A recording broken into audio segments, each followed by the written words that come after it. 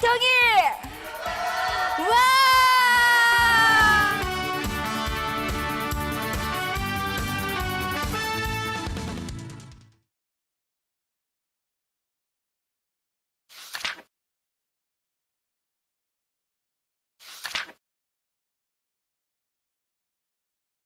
안녕하세요. 이승만 역사교실의 양멜입니다. 지난 23강에서는 대한민국에서 일어난 3대 촛불 집회에 대해서 살펴보았는데요. 이렇게 자유대한민국의 친북 성향의 대통령들이 줄줄이 정권을 창출할 수 있었던 데는 이러한 대중 시위들이 있었습니다. 실제로 2002년 효순이 미선이 촛불 집회 이후 노무현 대통령이 당선이 되었고요.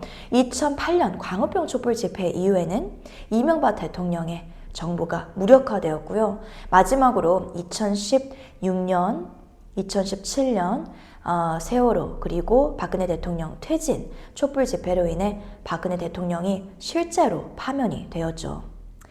이렇듯 대중 시위들은요, 너무나도 큰 우리나라 사회에 영향을 끼치고 있습니다. 이 3대 촛불 집회는 모두 다 진짜 불만에서 시작이 되었죠. 정말 안타까운 교통사고, 또 해상사고, 이러한 또 질병으로부터 시작이 되었는데요.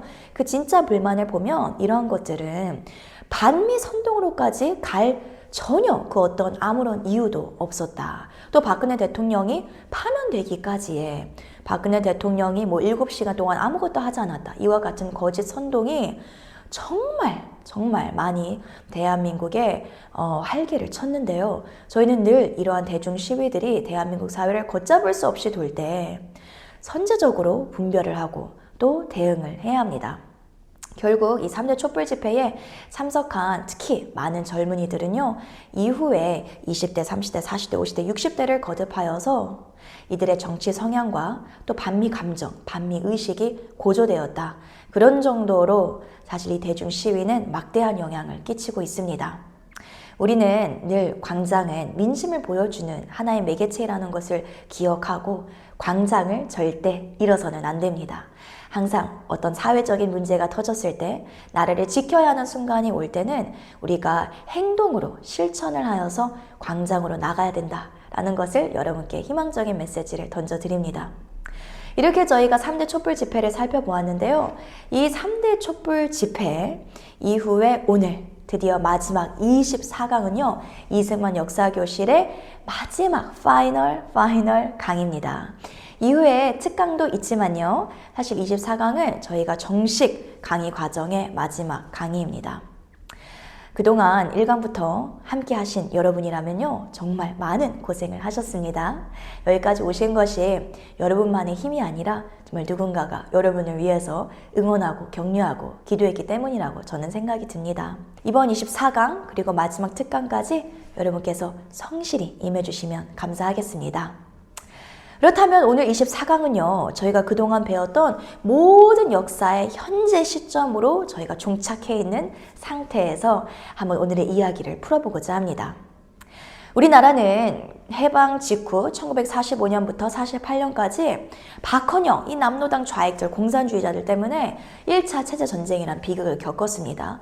근데 정말 감사한 것은 그때 하늘이 내려준, 정말 하나님이 보내준 사람이라고밖에 설명이 되지 않는 게 이승만 대통령과 같은 투철한 반공의식의 사람, 투철한 독실한 신앙인, 그리고 놀라운 세계 정세에 눈이 밝았던 해안, 이러한 위대한 지도자가 있었기 때문에 우리 1차 체제전쟁에서 이길 수 있었습니다.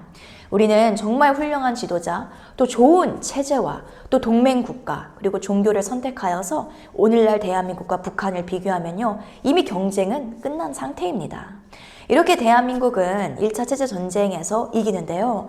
건국 직후 우리나라는 1950년 또 이 북한, 소련, 중국 때문에 6.25전쟁이라는 비극을 겪습니다. 6.25전쟁 이후 휴전협상으로 잠시 중단되기는 하지만은 오늘날 또다시 2차 체제전쟁이 일어나고 있습니다.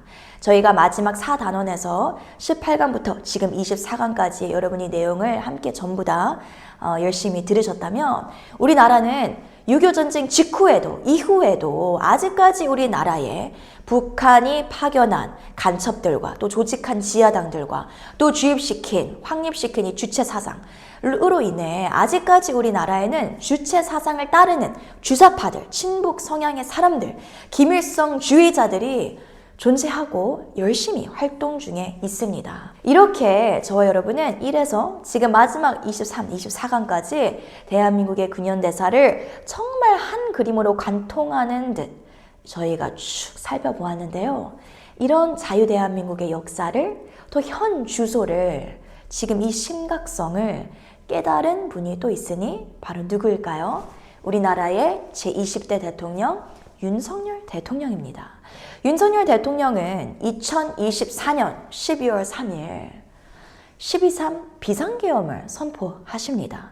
그리고 그 비상계엄을 선포할 때 반국가 세력을 척결하기 위해 국민을 지키기 위해 비상계엄을 선포했다라고 말씀하셨는데요. 아마 대한민국 국민의 절반 이상은 이 말을 못 알아들을 수도 있었을 것 같습니다. 아니 우리나라에 웬 반국가 세력? 그냥 본인이 권력욕 때문에 뭐 재판을 회피하고 싶어서 자신의 어떤 정치적 이득을 위해 버려놓고서는 무슨 반국가 세력 탓이냐 이런 식으로 혐오감을 가진 사람들도 몇몇 있었겠지만은 저와 여러분처럼 이제는 역사를 바라볼 수 있는 사람들 그리고 이미 우리의 윗세대들, 어른 세대들 중에 이러한 역사관을 이미 갖고 계셨던 분들은요. 왜 윤석열 대통령이 비상계엄을 선포하셨는지 그 선언문 한 문장만 읽어도 바로 이해가 되셨을 것입니다. 그래서 오늘은 24강에서 윤석열 대통령과 이재명 이 둘을 비교하면서 가장 중요한 12.3 비상계엄을 윤석열 대통령이 선포하신 그 이유에 대해서 살펴보도록 하겠습니다. 그럼 가장 먼저 저희가 항상 인물들을 살펴볼 때는요. 여러분 기억하시죠? 저희가 이들의 배경을 살펴보아야죠. 이 사람이 오늘의 이러한 사람이 되기까지 어떤 배경이 그를 만들었는가. 절대 사람은 그 배경, 자란 환경, 누구와 친구를 했는지, 누구와 교류를 했는지, 어디 가서 유학생활을 했는지, 박헌용과 이승만을 기억해 보세요. 누구를 만났고 누구에게 포섭을 당했는지, 이러한 모든 배경, 어떤 부모 밑에서 자랐는지 이런 것들이 굉장히 중요합니다. 물론 내가 정말 좋지 않은 부모님 밑에서 자랐다고 해도 내가 스스로 그러한 것을 나중에 후천적으로 바꿔나갈 수는 있지만 그렇지 않는 경우에는 정말 많은 영향을 받죠. 그래서 첫 번째는 우익 배경, 그리고 두 번째는요. 그가 대한민국의 대통령으로서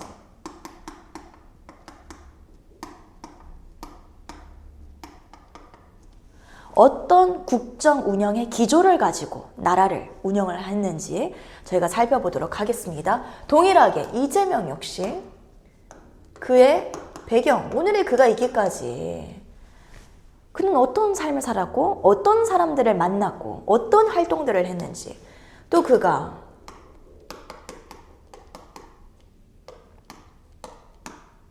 현직 지금 지도자로서 어떠한 국정 운영의 기조를 가지고 있는지 어떤 지지자들의 목소리 일조를 하고 있는지 동조를 하고 있는지 그런 핵심 메시지들을 살펴보겠습니다.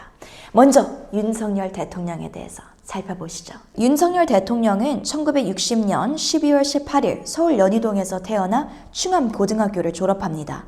그의 생애를 보면 그가 대한민국의 제20대 대통령이 되기까지 몇 가지 중요한 터닝포인트가 있었습니다. 첫 번째는 단언컨대 그의 아버지 윤기종 교수님입니다. 그러니까 그의 부모님이죠. 그의 부친 고 윤기중 교수님. 그는 어떤 아버지였을까요? 윤석열 대통령의 아버지인 고 윤기중 교수님은 연세대 응용통계학과 설립 멤버이자 명예교수로 대통령의 제1멘토라 불릴 만큼 그의 삶과 가치관에 깊은 영향을 주었습니다. 첫째, 그는 원칙주의자였습니다. 그는 아들이 공부하지 않고 놀러 다닐 때마다 엄격하게 훈육했고 퇴직 후에 변호사가 되는 것을 만류하며 차라리 식당을 하라는 말로 부정한 돈을 멀리하라고 신신당부했습니다. 둘째, 그는 자애로운 스승이었습니다. 연구실에서 아들의 숙제를 봐주고 성인이 된 아들에게 동기들 사이에서 돈 쓸 일이 많을 거라며 빈 지갑을 몰래 채워주었습니다.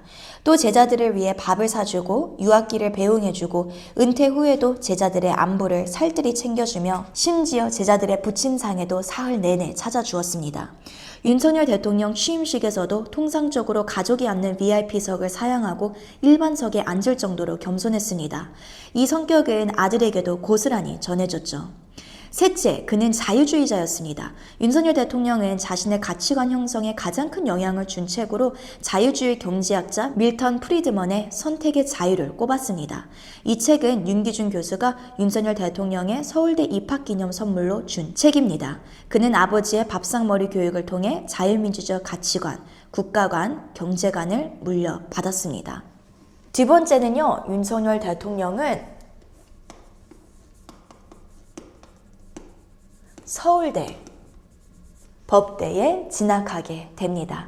바로 검사 윤석열을 만든 첫 번째 발판이죠. 윤석열 대통령은 원래 심리학과에 진학하여 사회 현상을 연구하는 심리학자가 되려고 했지만 정의 실현에는 법조인이 가장 적합하다는 아버지의 조언에 따라 1979년 서울대 법대에 진학합니다. 1988년 법대 졸업 후 구수 끝에 1991년 33회 사법시험에 합격합니다. 그렇게 1994년 사법연수원을 수료한 뒤 그는 무엇의 길을 걸었을까요? 저희가 잘 알고 있는 검사의 길을 걷기 시작합니다. 그는 사법연수원을 수료한 뒤 대구지검에서 검사 생활을 시작합니다.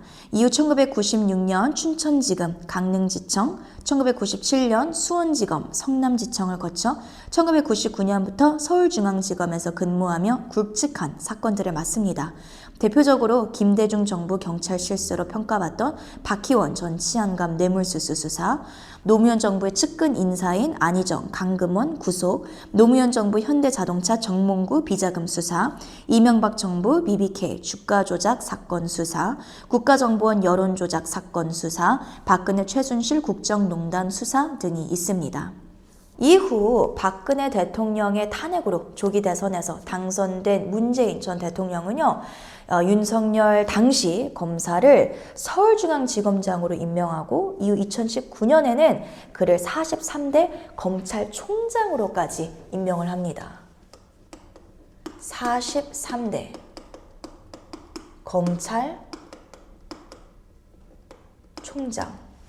그러니까 초고속 승진을 문재인 정부 시절에 했다라는 것이죠. 문재인 대통령은 청와대 행정부 집권 여당을 가리지 말고 살아있는 권력에도 권력형 비리가 있다면 엄정하게 수사할 것을 직접 그에게 주문하면서 윤석열을 43대 검찰총장으로 임명합니다.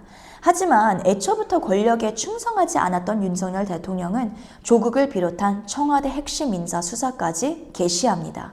이에 문재인 대통령은 그를 직무정지시키고 2021년 3월 4일 윤석열이 사퇴를 선언하자 1시간 15분 만에 이를 수리합니다. 이렇게 윤석열 대통령은 2021년 3월 사퇴한 이후에 바로 2021년 같은 해 6월 달에 2022년에 다가오는 제20대 대선에 출마할 것을 선언합니다. 그리고 실제로 2022년 3월 선거 직전에 안철수 후보와 단일화에 성공하고요. 정치 참여 고작 8개월 만에 2022년 20대 대선에 당선이 됩니다. 그래서 제가 한번 적어보겠습니다. 2022년 제20대 대통령 선거에서 당선이 됩니다. 그런데 정말 저도 당시 그 대선이 생생하도록 기억이 나는데요. 개표 결과 윤석열 대통령이 정말 0.73%라는 역사상 최소 차이로, 최소 격차 0.73% 차이로 당선이 됩니다. 그러니까 정말 얼마나 이게 박빙의 선거였는지를 저희가 정말 많이 그 순간 체감을 했었죠. 근데 이렇게 당선된 윤석열 대통령은요, 대한민국을 운영하는 데 있어, 국가 운영을 하는 데 있어 그의 지지층이 외쳤던 세 가지 핵심 메시지를 그대로 이행을 합니다. 윤석열 대통령을 지지하는 이들이 구호로 외쳤던, 늘 외쳤던 이 세 가지 핵심 메시지가 첫 번째, 자유통일. 두 번째, 한미동맹. 세 번째, G2 국가로서의 경제 성장. 윤석열 대통령의 임기 기간을 보면요, 그가 국정 운영의 그 중심 기조를 항상 이 3대 기조를 가지고 운영했다라는 것을 확인할 수 있습니다. 그럼 첫 번째, 자유통일. 자유에 대해서 그가 얼마나 많이 강조했는지 한번 살펴봅시다. 윤석열 대통령은 당선 후 취임사를 포함한 주요 연설에서 자유를 반복적으로 강조합니다. 대표적으로 2022년 5월 10일 취임사에서 35회, 2022년 8월 15일 광복절 경축사에서 33회, 2023년 27회, 2024년 50회를 언급합니다. 그는 자유민주주의와 시장경제를 기조로 삼고 현직 대통령으로는 24년 만에 2023년 자유총연맹 창립 기념식을 찾아 대한민국의 자유민주주의가 위협을 받고 있다며 올바른 역사관, 국가관, 안보관을 강조했습니다. 또 2024년 제79주년 광복절 경축사와 싱가포르 국빈 방문에서는 자유통일을 완전한 광복과 국제평화의 길로 다음과 같이 언급했습니다. 한반도 전체의 국민이 주인인 자유민주 통일국가가 만들어지는 그날 비로소 완전한 광복이 실현되는 것입니다. 그러니까 정말 맞는 말 아닌가요? 그가 말하길 진정한 광복의 의미는 언제 찾아오느냐? 한반도의 자유민주 체제로 통일이 이루어질 때 진정한 해방이 한반도 이북, 이남 전부 다 이루어진다라고 말씀을 하셨습니다. 이것은 저희가 배운 대로 이승만 대통령이 늘 제창하시던 말씀이고요. 저희가 쭉 살펴본 친대한민국의 역사관에 부합한 너무나도 일맥상통한 내용입니다. 그럼 두 번째, 윤석열 대통령은 임기 기간 동안에 한미동맹을 어떻게 강조하셨을까요? 윤석열 대통령은 문재인 전 정부에서 약화된 한미일 군사동맹을 복원 또 강화시킵니다. 2023년 4월 27일 한미동맹 70주년을 맞아 미국 워싱턴을 방문하여 2013년 박근혜 대통령 후 10년 만에 미 국회 연석회의에서 영어로 44분간 연설합니다. 그는 자유의 동맹, 행동하는 동맹이라는 제목으로 대한민국은 미국과 함께 세계 시민의 자유를 지키고 확장하는 자유의 나침반 역할을 해나갈 것이라고 연설합니다. 이날 연설의 핵심 키워드 역시 자유였습니다. 이 외에도 윤석열 대통령은 북한의 핵 위협에 대응하는 한미 핵협의그룹을 출범시키고 첨단 사업의 한미 협력을 강화하고 문재인이 폐기하려던 지소미아를 정상화하여 한일 관계를 복원시키고 2023년 최초의 단독 한미일 정상회의였던 캠프 데이비드를 개최하고 2023년 G7 히로시마 정상회의에 참석하여 자유민주 진영과의 연대를 확고히 하고 3년 연속 나토 정상회담에 참석하여 주요 국가와의 외교를 통해 한국의 글로벌 위상을 높였습니다. 그렇다면 마지막 세 번째, 그의 경제 성장은 어땠을까요? 윤석열 대통령은 집권 기간 동안 역대 최대 수출 실적을 기록하고 문재인이 후쿠시마 원전 사고로 1368명이 사망했다는 대국민 선동을 펼치면서까지 추진한 탈원전 정책을 폐기하여 원전 산업을 정상화시키고 지속적으로 대규모 K 방산 수출을 확대하고 역대 최고 고용률을 달성하고 역대 최저 실업률을 달성하고 노조들의 불법 파업 폭력에 강력 대응하고 양대 노총인 민주노총, 한국노총의 회계 정보를 조합원과 국민에게 공개하는 회계 공시를 최초로 제도화하여 노조 회계를 투명하게 하고 노동조합에 가입하지 않은 미조직 근로자를 직접 보호하는 노동자 약자 보호법을 제정하고 무분별한 R&D 연구개발 예산 집행을 재정비합니다. 이 외에도 윤석열 대통령은 저출산을 해결하기 위해 학부모들의 양육 부담을 덜어줄 늘봄 학교를 추진하고 다양한 저출산 대책을 통해 9년 만에 합계 출산율 반등을 이끌어내고 공교육의 정상화와 교육기회의 평등을 위해 사교육 카르텔을 혁파하고 군인 월급을 인상하고 이승만 대통령에 대한 재평가를 공론화하고 광복절의 의미를 자유민주주의 건국 관점에서 재평가하고 누리호 3차 발사 성공으로 우주 G7에 진입하고 만 나이제를 도입하고 하고 대통령 집무실을 청와대에서 서울 용산으로 옮기면서 청와대를 국민들에게 개방합니다. 이렇게 윤석열 대통령의 임기 동안에 우리나라는 정말 이승만 박정희 정신대로 부국 강병과 자유 번영의 길을 걸었습니다. 그렇다면 윤석열 대통령의 탄핵 이후 조기 대선으로 당선이 된 이재명으로 한번 넘어가 볼까요? 그는 과연 어떤 배경이 오늘날의 그를 만들었을까요? 이재명은 1963년 12월 8일 경북 안동에서 태어나 검정고시를 통해 고졸 자격을 얻습니다. 그의 생애를 보면 그가 대한민국의 21대 대통령이 되기까지 몇 가지 중요한 터닝포인트가 있었습니다. 첫 번째, 윤석열 대통령도 아버지와의 관계가 있었다면 이재명 역시 아버지와의 관계가 있었습니다. 그는 어린 시절 소년공으로 살았는데요. 이 소년공 시절, 어린 시절에 부친과의 갈등이 매우 잦았고 심했다고 본인 스스로 회고합니다. 이재명은 7남매 중 5째로 태어나 부모님의 사업 실패로 가난한 어린 시절을 보냅니다. 1977년 초등학교 졸업 후 경기도 성남으로 이사하여 중학교 대신 소년공으로 공장에서 일을 시작합니다. 당시 학교에 다니고 싶었지만 아버지의 반대로 갈등이 깊었고 여러 공장을 전전하다가 글러브 공장에서 프레스기에 손목을 다쳐 장애 6급 판정을 받아 병역이 면제됩니다. 이후 방황과 우울증으로 2차례 자살을 시도하지만 실패하고 이를 계기로 공부로 출세하겠다는 다짐을 합니다. 여기서 제가 꼭 여러분께 말씀을 드리고 싶은 부분은요.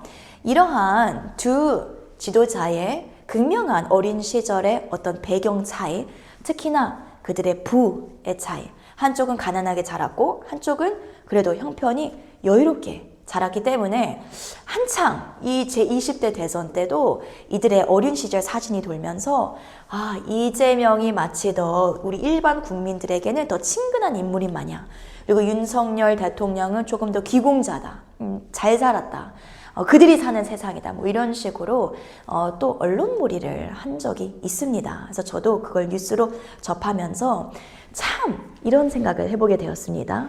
사람은 항상 언더도그 심리에 쉽게 빠진다고 제가 과거에 몇 번 말씀드렸죠. 근데 사람들은 늘 가난하면 더 이 사람이 좋은 사람, 더 착한 사람, 더 뭔가 성실한 사람으로 생각을 합니다. 물론 가난한 사람들 중에는요, 이명박 대통령을 생각하면요, 그는 정말 아마도 이재명 못지않게 정말 가난하게 자랐는데요.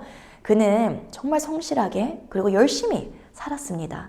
이렇듯 가난하지만 정말 열심히 공부하고 열심히 노력을 해서 출세한 사람들도 있지만은 꼭 잘 산다고 부유한 집안에서 태어났다고 해서 그런 사람들이 전부 악하거나 어떤 일반 국민들에게 있어 좋지 않은 지도자가 된다든지 이해하지 못하고 공감하지 못하고 그런 인품과 성품이 부족하다는 그런 언더도그 심리는 저희가 늘 경계해야 합니다. 사실 이재명을 생각했을 때도 그는 가난한 출신의 소년공으로 인생을 시작했지만요. 이명박 대통령과 비교를 한다면 이명박은 아무리 그런 힘든 어려움들이 있었어도 절대 대한민국에 반하는 세력들과 손을 잡지는 않았습니다. 저희가 이재명의 생애를 지난 제21강 주사파를 다루면서 짧게 다뤄봤는데요. 그는 북한 평양을 다녀온 뒤 경기동부 연합 출신인 이석기의 도움으로 성남시장에 재도전하여 당선이 되었죠. 아무리 가난하고 실력이 부족하고 내가 배경적으로 없다 할지언정 절대 우리는 대한민국에 반하는 반국가 세력의 도움을 받아서는, 그리고 그들의 지원을 받아서는 안 됩니다. 저 역시 여유로운 형편에서 자라지 못했습니다. 하지만 오히려 그러한 것이 저에게는 강인함과 또 제 속에 내공을 선물해 주었습니다. 여러분도 여러분의 형편을 절대 탓하지 마세요. 잘 사는 사람이나 가난한 사람이나 우리는 열심히 노력하면 그래도 성공을 할 수 있는 자유대한민국, 자유시장 경제 사회에서 살고 있습니다. 여러분의 형편을 탓하지 마시고 열심히 부지런히 심어서 나 이후에 우리의 자녀들이 또 그 열매를 배가로 누릴 수 있도록 여러분이 늘 건강한 생각을 가지시길 바랍니다. 또한 나의 어떤 이익을 위해, 성공을 위해 절대 불의한 이들과 손을 잡아서는 안 된다. 사람은 반드시 그럴 때 망하게 돼 있습니다. 꼭 주의하시길 바랍니다. 그렇다면 이야기를 계속 이어가 보도록 하겠습니다. 이렇게 그는 소년공 시절을 지나 열심히 공부를 합니다. 그래서 검정고시에 합격을 하고요. 윤석열 대통령이 서울대 법대를 갔다면 그 역시 법대에 진학을 합니다. 그래서 중앙대 법대에 진학을 하게 되죠. 이재명은 1980년 검정고시 합격하여 고졸 자격을 얻고 1952년 중앙대 법학과에 입학합니다. 대학 시절 학생운동에 관심을 가지게 되고 1986년 졸업과 동시에 사법고시에 합격합니다. 사법연수원 재학 중 1987년 노무현 변호사의 강연을 계기로 판검사가 아닌 변호사의 길을 택하고 1989년 사법연수원 18기를 수료합니다. 이렇게 사법연수원을 수료한 그는 이후 성남시에서 인권 변호사로 시민운동을 하기 시작합니다. 그러니까 판검사가 아니라 인권 변호사가 되기로 결정한 그는요, 성남시에서 시민운동을 하기 시작합니다. 그러니까 문재인 대통령이나 노무현 대통령이나 김대중 대통령이나 다 이 공통점들이 있어요. 인권 변호사의 길을 걸으면서, 물론 김대중은 아니지만 인권 변호사의 길을 걸으면서 시민운동에 참여를 많이 했다라는 점입니다.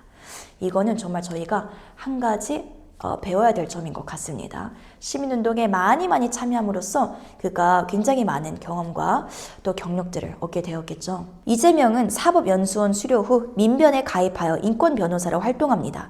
1994년에서 2005년 10년에 걸쳐 성남시 참여연대 집행위원장으로 시민운동을 이끌고 이 시기에 자신의 조카가 저지른 암사동 모녀 살인사건과 성남 전 동거녀 살인사건 등을 변호합니다. 마지막 네 번째는요, 바로 그가 정치인으로서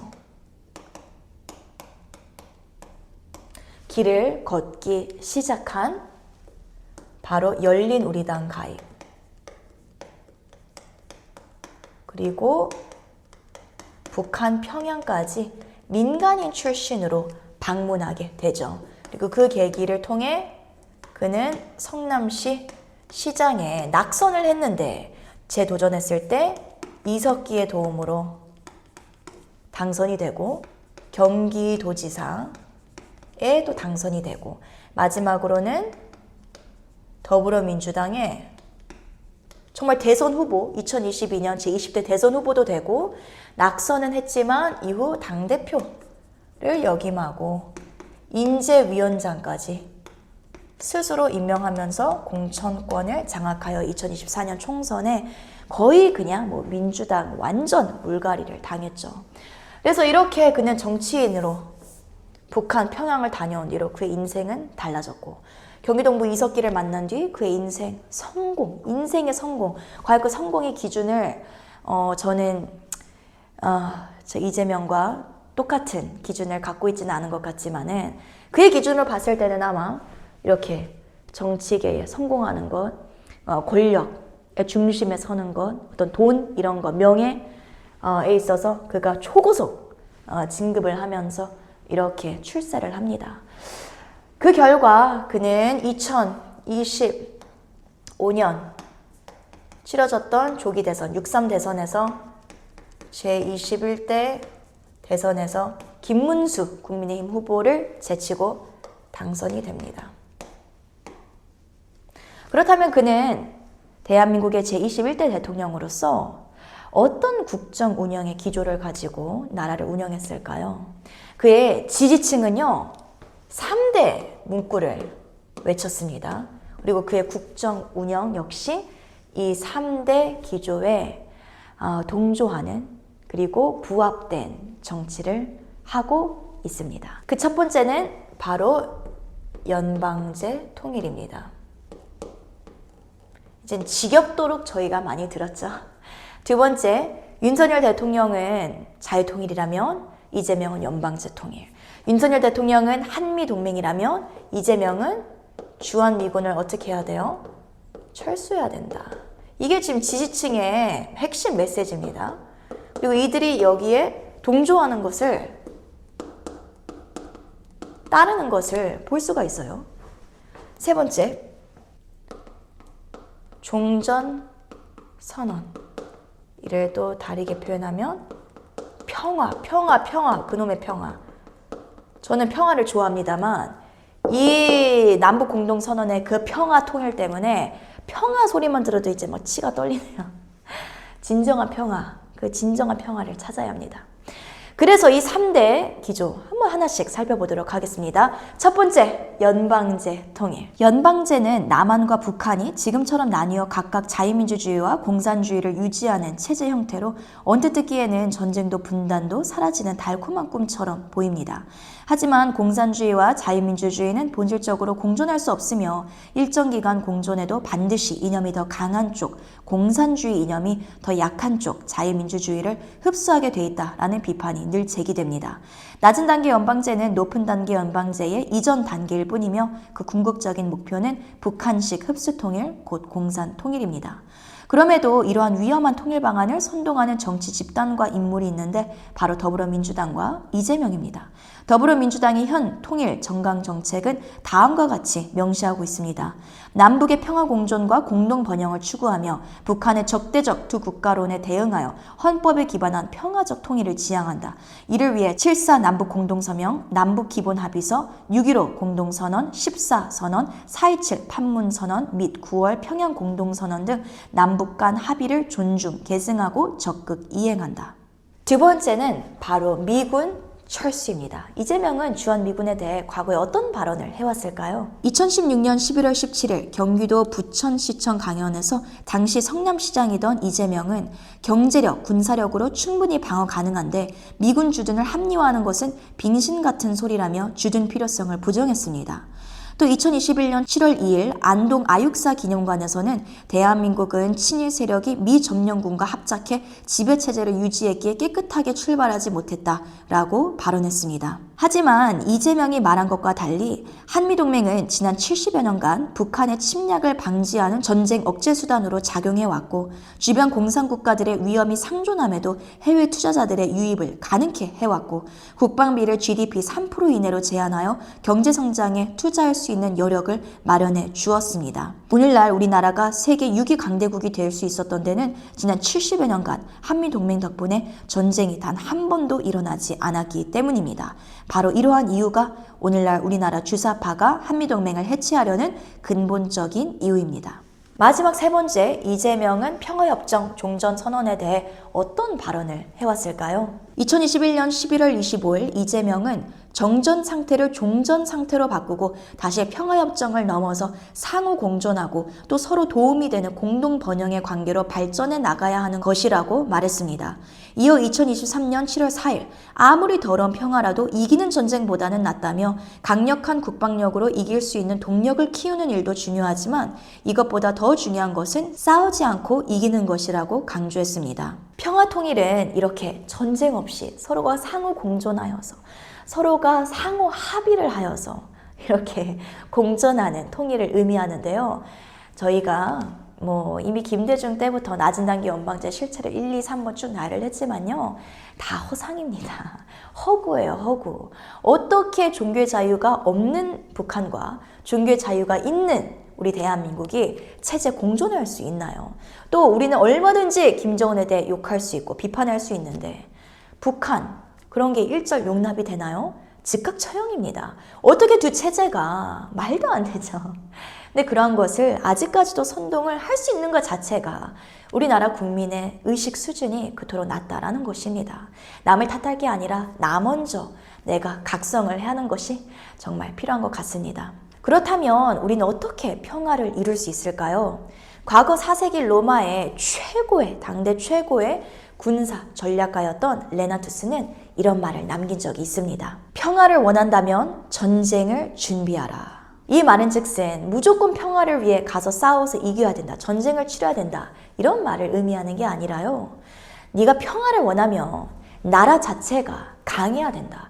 전쟁을 언제든지 치러서 이길 수 있는 준비가 되어야 한다. 오늘날의 미국을 보세요. 미국은요, 세계 군사 1강국입니다. 그러니 평화를 유지하고 전 세계 평화 유지에 앞장서는 나라, 정말 유엔이 해야 할 일을 미국이 하고 있지 않나요?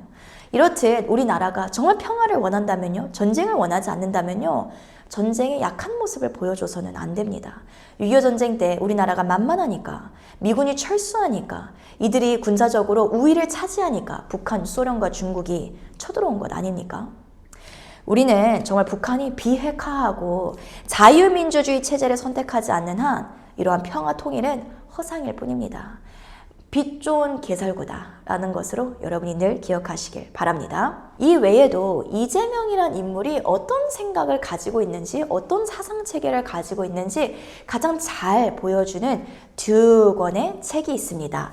첫 번째는 이재명이 직접 쓴 그의 저서 이재명 대한민국 혁명하라 2017년작이고요. 두 번째는 국민의힘이 발간한 이재명의 망언집, 이재명의 138가지 그림자라는 책입니다. 이 두 가지 책을 여러분이 읽어보시면요, 이재명의 국가관, 경제관, 안보관, 통일관, 그의 생각과 정체가 정말 정확하게 나와 있습니다. 이거는 뭐 이재명이란 사람을 저희가 개인적으로 감정적으로 평가하고 비판하려는 것이 아니라 이 사람에 대한 올바른 평가, 판단을 하기 위해서는 반드시 그가 쓴 책을, 또 그에 관한 그가 했던 말들을 여러분이 읽어보시기를 바랍니다. 이 외에도 이재명에 대한 논란은 참으로 다양한데요. 그는 전과 사범 출신인데다가 현재 진행 중인 8개 사건, 12개 혐의와 관련된 5건의 재판에 관한 자세한 내용은 여러분이 교재에 이승원 역사교실의 교사용 책자를 참고하시면요, 자세히 각 사건마다, 각 재판마다, 혐의마다 어떤 내용인지, 또 진행 상황이 어떠한지도 자세히 상세하게 기록이 되어 있으니 꼭 참조하시길 바랍니다. 그렇다면 더 이상 지체 없이 바로 오늘의 2부 시간으로 넘어가 보도록 하겠습니다. 이렇게 윤석열 대통령과 이재명을 비교를 해봤는데요. 윤석열 대통령은 임기의 절반 정도 지났을 시점에 2024년 12월 3일 그 추운 겨울날 12.3 비상계엄을 선포합니다. 윤석열 대통령의 비상계엄은 1979년 10월 26일 박정희 대통령 피살 사건 이후 45년 만이자 1987년 6.29 선언으로 출범한 제6공화국 이래 최초의 계엄이었습니다. 하지만 거대 야당을 위시한 국회는 곧장 12월 4일 새벽 1시경 제적 국회의원 300명 중 190명의 찬성으로 계엄 해제안을 통과시키고 윤석열 대통령은 이를 즉각 수용하며 같은 날 오전 4시 30분 김용현 국방부 장관에게 계엄 해제와 병력 철수, 계엄 사령부 해체를 지시합니다. 그렇다면 계엄이란 무엇일까요? 계엄, 영어로 풀었으면요, martial law라고 하는데요. 이 계엄의 뜻은 무엇일까요? 계엄은 전시, 사변 등 국가 비상사태에서 대통령에게 보장되는 고유 권한으로 1948년 건국 후 총 10차례 선포되었습니다. 헌법 제77조에 따르면 대통령은 전시, 사변 또는 이에 준하는 국가 비상사태에 있어서 병력으로서 군사상의 필요에 응하거나 공공의 안녕 질서를 유지할 필요가 있을 때에는 법률이 정하는 바에 의거하여 계엄을 선포할 수 있다라고 규정합니다. 계엄은 군이 사법, 행정권 일부를 장악하는 경비계엄과 계엄사령관이 전권을 행사하는 비상계엄으로 나뉘며 비상계엄 시 체포, 구금, 수색, 언론 집회 결사 제한 등이 가능합니다. 하지만 사태가 정상화되거나 국회가 제적의원 과반수의 찬성으로 해제를 요구하면 대통령은 반드시 계엄을 해제해야 합니다. 이는 대통령의 권한 남용 가능성을 견제하고 계엄이 헌법의 틀 안에서 합법적으로 작동하도록 보장하기 위함입니다. 12.3 비상계엄이 터졌을 당시 저도 그렇고요, 제 주변 분들도 그렇고요, 일반적으로 대부분의 국민들은 공포심에 막 두려움에 바들바들 떠는 것이 아니라 모든 국민들의 아마 첫 반응은 뭔 뜬금없는 비상계엄이지? 지금이 70년대, 80년대도 아니고 왜 비상계엄이지? 라면서 그 이유를 오히려 더 궁금해 했을 것입니다. 윤석열 대통령은 자신의 비상계엄에 대해 헌정 질서와 국헌을 망가뜨리는 것이 아니라 국민에게 망국의 위기 상황을 알려드려 헌정 질서와 국헌을 지키고 회복하기 위해 한 것이라고 강조했습니다. 이후 그는 12.3 비상계엄 선포문과 또 12.12 대국민 담화문을 통해 더 구체적으로 이 비상계엄을 선포한 이유에 대해서 밝혔죠. 그래서 저희가 12.3 비상계엄 계엄을 선포한 이유를 12.3 선포문과 또 12.12 대국민 담화를 통해 정리를 해보면요. 크게 5가지 이유로 나뉩니다. 그래서 그 5가지 이유를 먼저 한번 써보도록 하겠습니다. 첫 번째, 반국가 세력. 두 번째, 입법 독재. 세 번째, 예산 삭감. 네 번째, 줄 탄핵. 다섯 번째, 부정 선거. 이렇게 5가지로 하나씩 간략히 살펴보도록 하겠습니다. 첫 번째 이유는 반국가 세력입니다. 우리나라는 해방 직후부터 사실 80년대, 90년대 지금에 이르기까지 저희가 정말 살펴본 역사가 반국가 세력의 역사를 저희가 지금까지 공부를 했습니다. 이들이 어떻게 박헌영을 시작해서 그 이후에 북한이 포기하지 않고 대남 공작을 벌여서 지금의 NL 주사파에 이르기까지 어떻게 반국가 세력이 활개치고 있는지 그 심각성을 살펴보았는데요. 이 반국가 세력을 척결하기 위해 그것이 바로 첫 번째 이유였습니다. 두 번째 이유는요, 입법 독재입니다.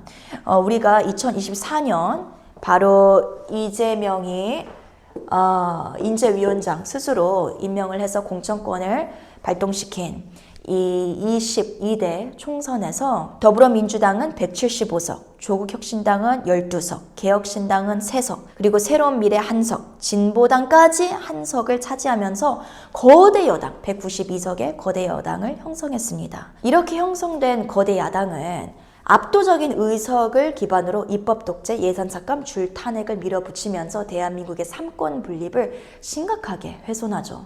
그리고 더 충격적인 것은 이들이 입법 독재를 가지고 좋은 법안을 통과시키고 좋은 일들을 하기보다는요, 가장 저는 충격받았던 것이 간첩법의 개정을 반대했다라는 사실입니다. 2024년 6월 중국인 3명이 드론으로 부산 정박 중이던 미국 항공모함을 촬영하다가 적발되었고, 이들의 스마트폰 노트북에는 최소 2년 이상 한국의 군사시설을 촬영한 기록이 발견되었습니다.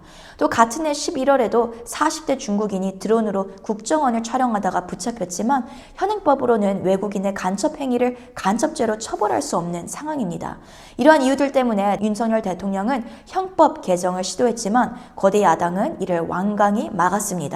북한 핵미사일 도발, GPS 교란, 오물풍선, 민주노총 간첩 사건 등의 거대 야당은 오히려 북한 편을 드는 태도밖에 보이지 않았죠. 그러니까 이러한 입법 독재로 나라를 살리는 일이 아니라 나라를 죽여가는 이 간첩들을 처벌할 수 있는 법마저도 개정할 수 없도록 만든 것이 당시 거대 야당입니다. 세 번째는요, 예산 삭감입니다. 사실 국회라는 건요, 국민의 위임을 받아 입법적인 기능을 하고 감시적인 기능을 하는 기관이지, 대통령을 끌어내리기 위해 그의 예산을 삭감시키고 거의 그냥 대폭이 아니라 100% 삭감시키는 그런 기관이 아닙니다. 그런 역할을 하는 기관이 아닙니다. 그런데요, 당시 더불어민주당을 위시한 거대 야당은요, 국가가 운영하기 위해서 필요한 주요 예산들을요, 우리나라의 공공안전과 법 집행, 치안 유지, 이러한 것을 위한 주요 예산들을요, 대폭도 아니라 대부분 전액 삭감을 시킵니다. 가장 대표적으로 대통령실 특활비 전액 삭감, 검찰 특경 특활비 전액 삭감, 감사원 특경비 특활비 전액 삭감, 경찰 특활비 치안 활동 지원 전액 삭감, 차세대 원전 기술 연구 개발 사업 대폭 삭감, 동해 심해 가스전 개발 대폭 삭감, 청년 일자리 사업 지원 전액 삭감. 이 외에도 거대 야당은 우리나라를 보호할 수 있는 핵심적인 국방 예산을 집중적으로 대폭 삭감합니다. 킬체인 정찰 사업, 유도무기 지원 사업, 특수임무부대 전력 보강, 장거리 함대공 유도탄 도입, 전술 데이터 링크 시스템 성능 개량, 정밀 유도포탄 개발, 접촉지역 대드론 통합체계, 초급 간부 처우 개선, 국가유공자 보상금 등입니다. 이에 대해 민주당은 전체 국방 예산 중 0.65%만 삭감했다고 주장했지만 윤석열 대통령은 누나를 빼놓고 겨우 2개만 뺐다고 하는 것과 같다며 본질을 지적했습니다. 아무리 주먹이 세도 앞이 보이지 않으면 싸울 수 없는데 감시정찰 자산을 대폭 삭감하고 최근 북한의 드론 공격이 가장 큰 위협으로 대두되고 있는데 드론 방어 예산 100억 원 가운데 무려 99억 5,400만 원을 깎았다고 비판했습니다. 윤석열 대통령은 2025년 2월 27일 탄핵재판 최종 진술에서도 도대체 누구의 지시를 받아서 이렇게 핵심 예산만 딱딱 골라 삭감했는지 궁금할 지경이라며 배경을 강하게 의심했습니다. 네 번째 이유는요, 거대 야당의 줄 탄핵입니다. 실제로 더불어민주당을 위시한 거대 야당은요, 윤석열 정부 출범 직후 2년 7개월간 무려 29차례의 탄핵소추안을 발의하고 12건을 가결합니다. 탄핵된 인사들은 대부분 정부 핵심 요직자나 이재명 관련 사건을 맡은 판검사들이었습니다. 그 결과 행정부의 국정 운영은 마비되고 사법부의 독립성은 크게 훼손되고 우리나라 삼권 분립은 심각하게 붕괴되었습니다. 이는 정말 대한민국 역사상 전례 없는 일이었습니다. 마지막 5번째 이유는요, 바로 부정선거입니다. 12.3 비상계엄 선포 당시 국회에는 약 280여 명의 계엄군이 1시간 이후, 선포 1시간 이후에 투입된 반면 중앙선거관리위원회는요, 선포 즉시 300명의 계엄군이 투입되었습니다. 이는 무엇을 뜻하는 걸까요? 2023년 선관위를 비롯한 헌법기관들과 정부기관들은 북한에 의한 해킹을 당합니다. 이에 모든 기관들은 국정원 점검을 받지만 선관위만 자신들이 헌법기관임을 이유로 거부합니다. 이후 선관위는 채용비리 사태가 터지면서 점검에 어쩔 수 없이 응하지만 전체 시스템 장비 일부분만 응하고 나머지는 불응합니다. 그럼에도 당시 국정원이 직접 해킹을 시도한 결과 선관위의 보안 시스템은 무방비 상태로 데이터 조작이 얼마든지 가능했습니다. 비밀번호는 12345와 QWERT 수준으로 취약했고 시스템 보안관리 업체도 전문성이 매우 부족했습니다. 국정원은 선관위의 심각한 보안 상태와 조사 방해에 대하여 부정선거의 가능성이 있다며 엄정 수사가 필요하다는 보고서를 윤석열 대통령에게 제출했습니다. 하지만 법원과 선관위가 긴밀히 연결되어 수사가 불가한 현실에 윤석열 대통령은 비상계엄을 통해서만 진실을 밝힐 수 있다고 판단한 것입니다. 이렇게 5가지 핵심 이유로 비상계엄을 윤석열 대통령은 선포하고 그 이유들을 직접 국민들에게 12.3, 12.12 대국민 담화를 통해 설명을 하지만 당시 언론과 거대 야당 등은요, 이 이유들에 대해서는 전혀 국민들에게 설명하거나 밝히지 아니하고 오히려 즉각적으로 내란 프레임을 만들어서 선동하여서 윤석열 대통령 탄핵에 앞장섭니다. 그래서 두 번째 저희가 그려볼 그림은요, 바로 이 탄핵 정국에 저희가 들어섰을 때 이 탄핵을 찬성한 세력과 반대한 세력을 그려보도록 하겠습니다. 첫 번째는요, 탄핵을 찬성한 세력. 두 번째는요, 탄핵을 반대한 세력입니다. 그다음에 탄핵을 찬성한 세력들은 누구누가 있었을까요? 바로 첫 번째는 당연히 더불어민주당을 위시한 거대 야당이죠. 도합 192석이죠.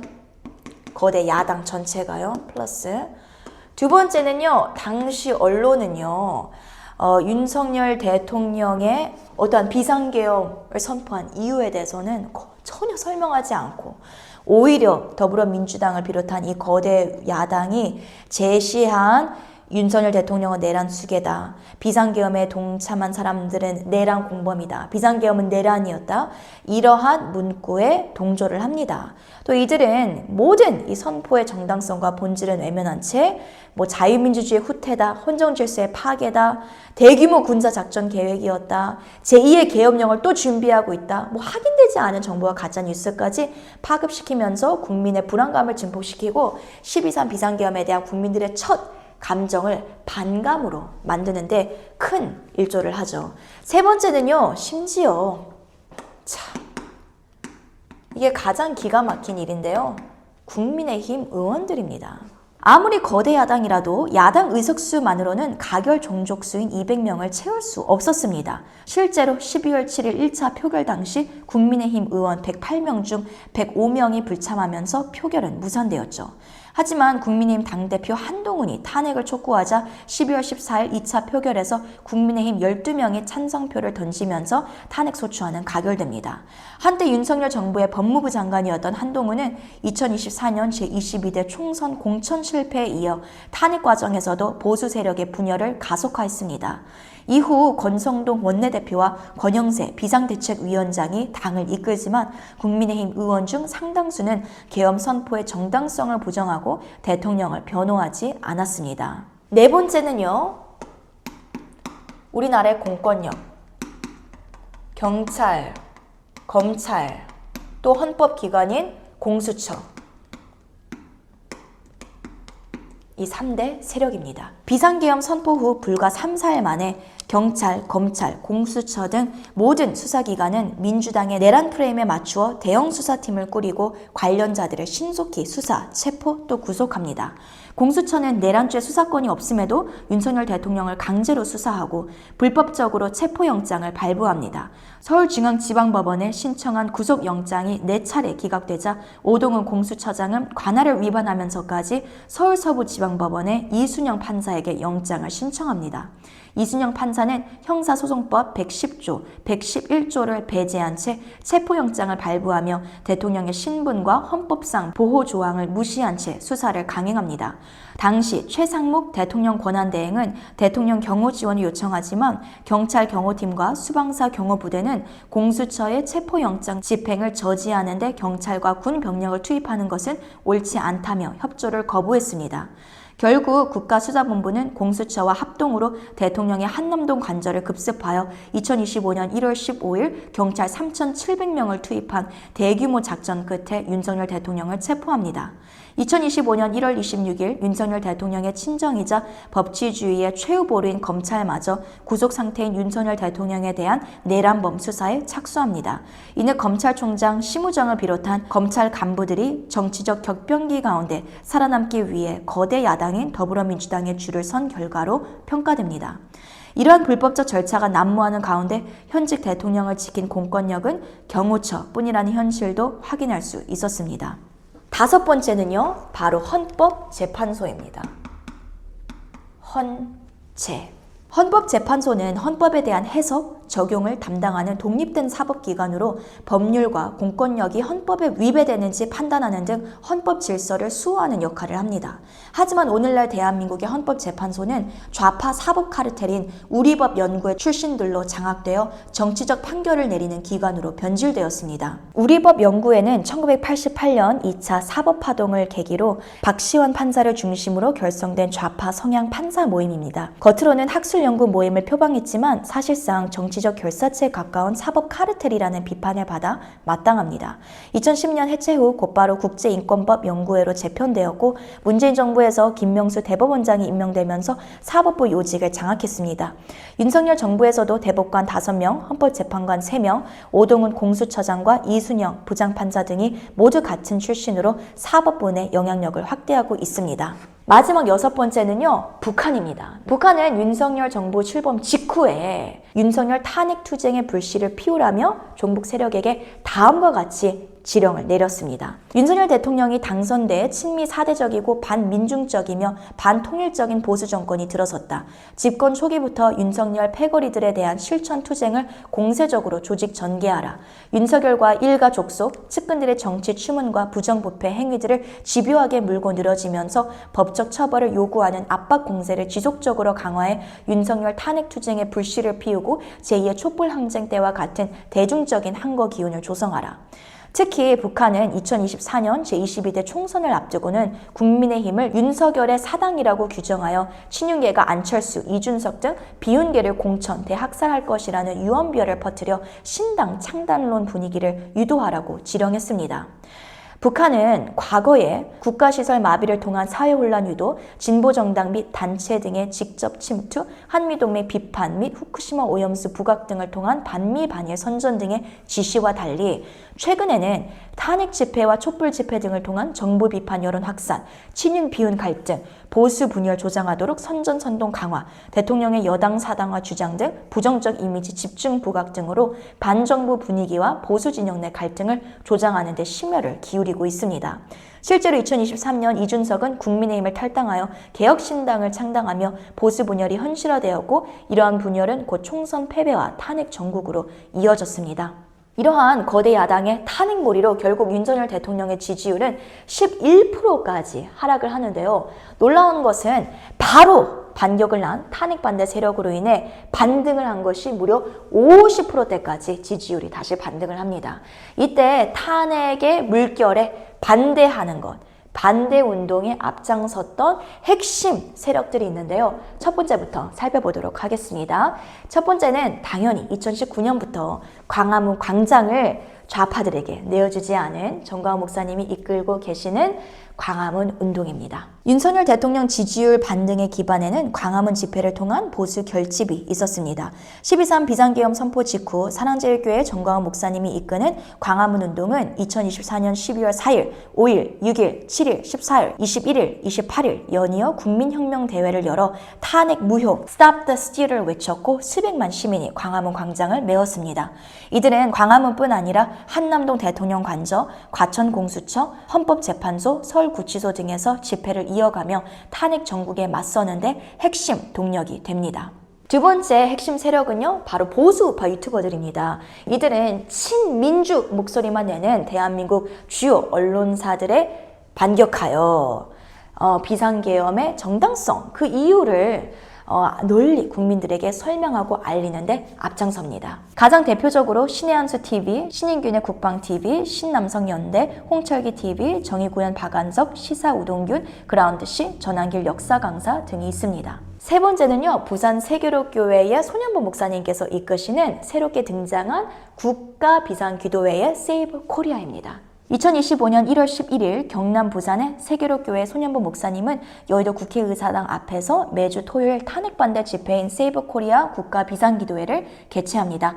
참석자들은 이후 부산역, 부평역, 태화강역, 춘천, 경북, 구미, 대전, 순천, 전북, 포항, 천안 등에서 나라를 위한 국가 비상기도회를 이어갑니다. 네 번째는요, 역시나 국민의힘인데요. 이렇게 탄핵을 찬성한 국민의힘 의원들도 있었지만 끝까지 윤석열 대통령의 탄핵에 반대한 의원들도 있었습니다. 윤상현, 나경원, 김민전, 조배숙, 박대출을 비롯한 국민의힘 의원 약 37명은 광화문 광장, 한남동 관저, 헌법재판소, 세이브코리아 등에 참석하여 일부는 연설도 합니다. 마지막 다섯 번째는요, 정말 빼놓을 수 없죠. 사실 이 12.3 비상계엄의 최고의 열매, 최고의 결과물인 2030 청년들의 계몽이었습니다.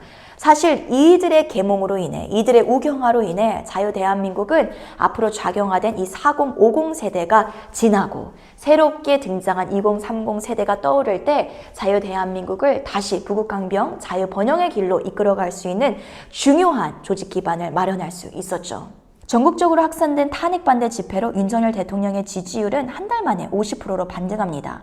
그런데 이 중 가장 괄목할 만한 점은 2030 세대 지지율이 크게 오른 것인데요.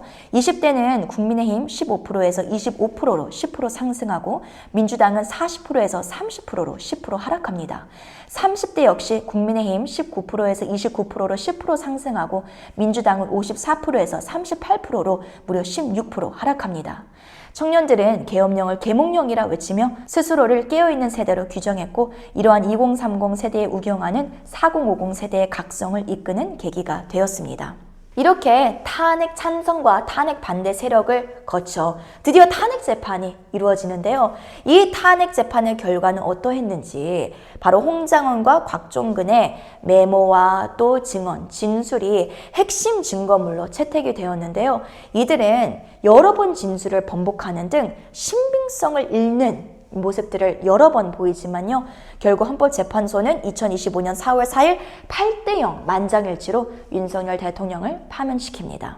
핵심 증거로 제시된 홍장훈 국정원 제1차장의 정치인 체포전 명단 메모와 곽종근 전 육군 특수전 사령관의 윤 대통령이 국회의원들을 끌어내라 라고 지시한 증언은 여러 차례 번복되어 신빙성을 잃지만 헌법재판소는 이러한 증언들을 증거로 채택하여 8대0 만장일치로 윤석열 대통령을 파면합니다.